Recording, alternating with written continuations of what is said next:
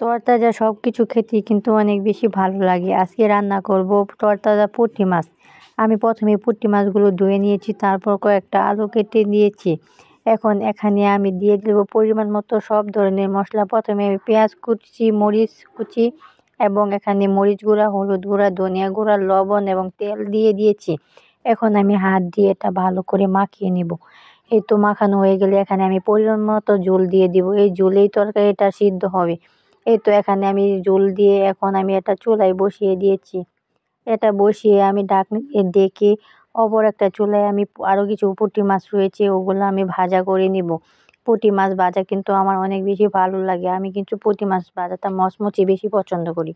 কড়াইটা গরম হয়ে গেলে আমি এখানে পরিমাণ মতো তেল দিয়ে একটা একটা করে পুঁটি মাছ দিয়ে দিই। আমি একে একে সবগুলো পুঁটি মাছ দিয়ে দিব। যতগুলো পুঁটি মাছ এই কড়াই আটে আমি সবগুলো দিয়ে দিয়েছি। এখন এগুলো দিয়ে আমি এখন ভালো করে এগুলো নেড়ে দিব।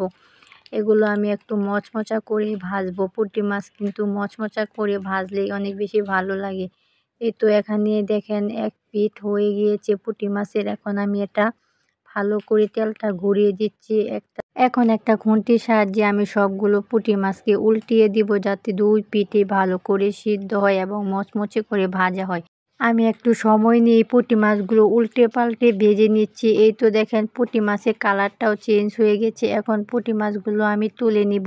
এগুলো তুলে নিয়ে আমি আরও কিছু পুঁটি মাছ রয়েছে সেগুলো আমি কড়াইয়ে গরম তেলে দিয়ে দিব। আমার কাজে আমার আম্মু অনেক বেশি হেল্প করতেছে। এই তো আম্মু এখানে পুঁটি মাছগুলো দিয়ে দিয়েছে। আমি অপর চুলায় দেখেন তরকারিটা বসিয়েছিলাম, ওটাই প্রায় হয়ে গিয়েছে। এই তো পুঁটি মাছগুলো ভাজা হয়ে গেছে, এগুলো আমি তুলে নিব।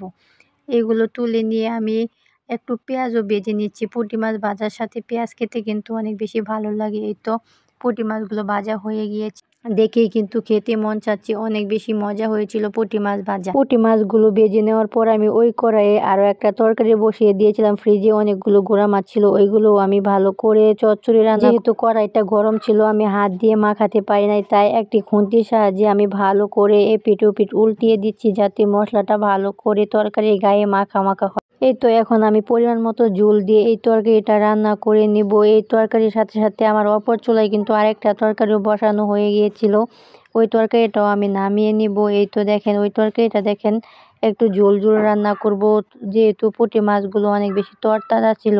ওই মাছের ঝোল খেতে কিন্তু ভালোই লাগবে। অল্প পরিমাণ ঝোল রেখে আমি তরকারিটা নামিয়ে দিব। এদিকে আমার আরেকটা গুঁড়া মাছের তরকারিও রান্না হয়ে গিয়েছে। দুপুরে কি কি রান্না করলাম সেটাই এখন দেখাবো। এই তো দেখেন এখানে পুঁটি মাছ ভাজা করেছি, সাথে করেছি পেঁয়াজ ভাজা, তারপর করেছি পুঁটি মাছের আলু দিয়ে একটা ঝোল। তরকারিটা কিন্তু ভীষণ মজা হয়েছিল। আর এদিকে ছিল গুঁড়া মাছের চচ্চড়ি। যদি ভিডিওটা ভালো লেগে থাকে অবশ্যই লাইক কমেন্ট শেয়ার করে পাশে থাকবেন।